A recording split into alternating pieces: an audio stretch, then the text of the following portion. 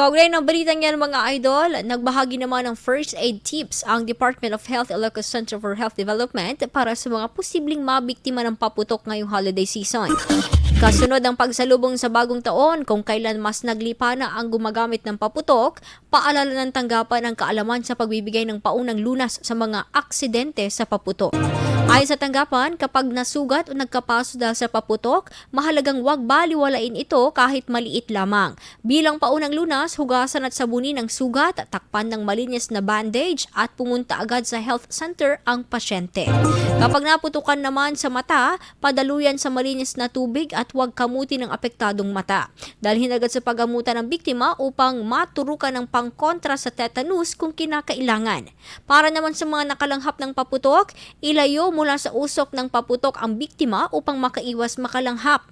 Samantala, pakainin naman ng 6 to 8 na peraso ng egg whites kapag bata at 8 to 12 naman na peraso ng itlog kapag matanda ang biktima na nakalunok ng paputok. Para sa anumang emergency, paalala ng tanggapan na agad isugod sa ospital at iba pang health facilities ang mga biktima para hindi malagay sa alanganin dahil sa paggamit o pagkakadamay sa paputok.